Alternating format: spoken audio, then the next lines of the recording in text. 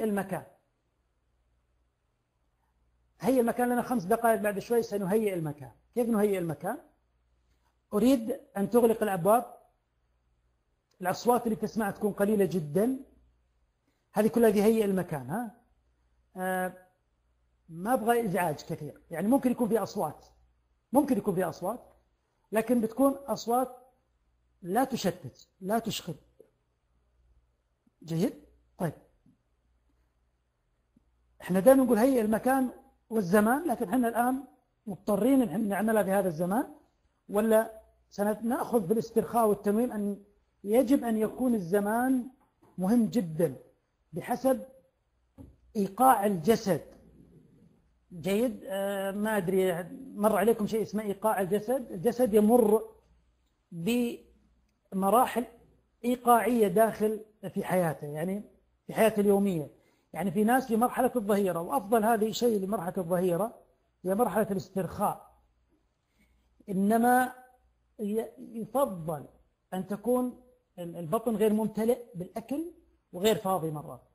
السبب أن لا ينشغل الوعي، لأن الوعي هو الجهاز أو الوعي يؤثر عليه الجهاز العصبي.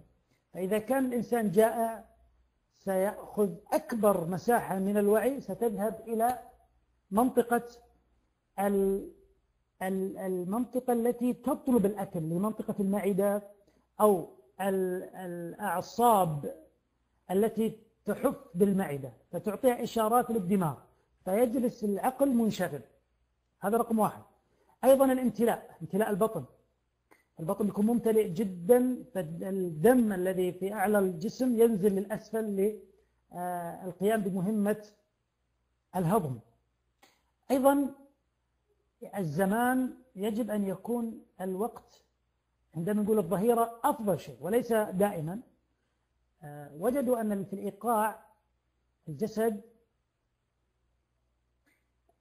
دائما إيقاع يكون نازل تحت شوي، فعندما يبدأ في الارتفاع يبدأ حالات الانتعاش.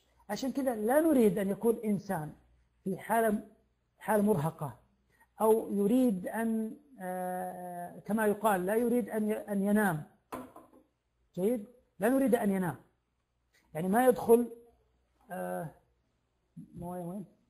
جيب موية.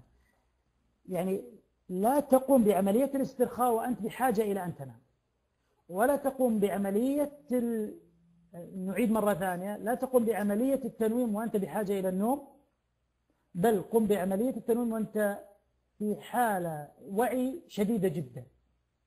فلا يكون عملية الاسترخاء واحد يقول راجع من الدوام مرهق، أوه جيد خلني أسوي عملية تنويم. إذا لا، إذن هذه مهمة.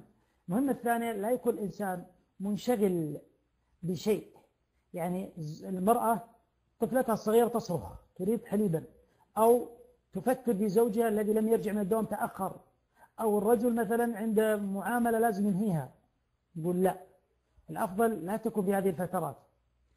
التنويم، أنا أتكلم عن التنويم. أما عمليات الاسترخاء بعد ما تتمرس ستقيم عملية الاسترخاء في كل الحالات اللي أنا منعتها.